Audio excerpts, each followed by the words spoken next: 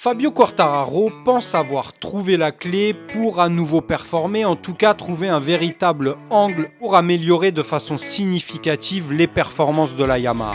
C'est tout naturellement que Fabio Quartararo milite pour adopter une nouvelle stratégie et il est quand même l'un des mieux placés pour ça. Ça fait de nombreuses années qu'il roule avec la Yamaha, il connaît ses problèmes, ses points forts, ses points faibles et c'est un Fabio Quartararo plutôt positif, optimiste qui mise pour une nouvelle stratégie. On revient sur les déclaration de Fabio Quartararo.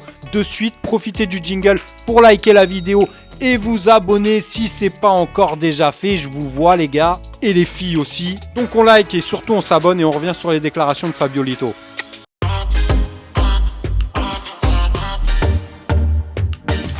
Fabio, on le sait, il a traversé toutes les émotions chez Yamaha. Il est d'abord arrivé par le biais du constructeur, d'abord chez Petronas dans le team satellite, a réussi à conquérir le titre en 2021 dans le team officiel. Il avait carrément remplacé Valentino Rossi dans le team officiel, qui lui avait fait l'inverse chez Petronas pour la fin de sa carrière. Fabio Quartararo a ensuite déchanté, on le sait, vu que Yamaha ne se rendait pas compte du problème ou ne voulait pas voir les choses en face ou alors était dans une période un peu d'attentisme, de fainéantisme, je ne sais pas. Mais en tout cas, ce n'est pas faute de les avoir prévenus. Valentino Rossi le faisait déjà quelques années auparavant en leur demandant de se mettre au travail, d'arrêter de dormir. Bon, le constructeur japonais à ce moment-là n'a pas vraiment réagi et c'est tout naturellement que Fabio Quartararo, les performances ont chuté, pas que lui, tous les pilotes qui étaient chez Yamaha ont chuté au niveau des performances vu que la machine n'était plus que l'ombre d'elle-même. Voilà maintenant plusieurs mois, plusieurs années qu'un travail de développement, de progression, d'amélioration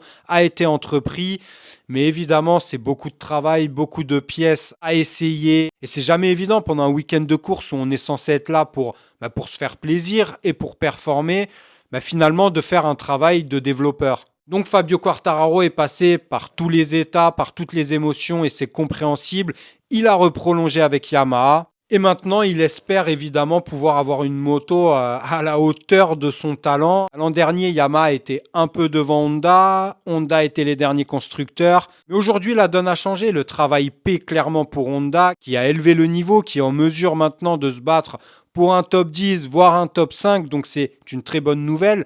Mais pour Yamaha, c'est quand même plus laborieux, plus compliqué. Et Fabio Quartararo, lui, a une idée de comment améliorer les choses. On revient sur les déclarations de Fabio Lito de suite. Il faut arrêter de chercher dans les petits détails. On sait très bien que ce ne sont pas des détails qui nous manquent. Il nous manque énormément de choses, mais je pense que maintenant, il faut fixer vraiment une base et arrêter de vouloir améliorer les détails. Et surtout d'essayer des milliers de choses durant un week-end de course. Il faut qu'on ait une moto, que je m'habitue à cette moto et que changer soit vraiment positif. Au bout d'un moment, à changer tout le temps des choses, à changer de châssis pour voir si ça marche mieux, si on est sûr, maintenant on est sûr. On a une moto, il nous manque du grip, il nous manque de la puissance, c'est ce qu'on a. On ne va pas le trouver en changeant 1% de l'électronique. Maintenant, on sait qu'on va mettre deux châssis qu'on aime pour le Qatar et arrêter de penser à essayer des choses à chaque circuit pour voir si ça va mieux ou pas. Il faut qu'on fixe une moto et qu'on travaille sur cette base. Je suis assez content de mes sensations avec une moto différente,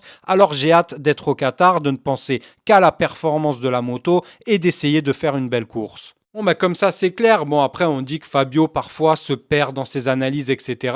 On ne peut pas dire qu'il ait eu aussi énormément de soutien ces dernières années. Heureusement, le team Pramac est arrivé parce que c'était d'une nécessité et d'une obligation. Yamaha ne pouvait pas continuer avec un seul team et uniquement deux pilotes.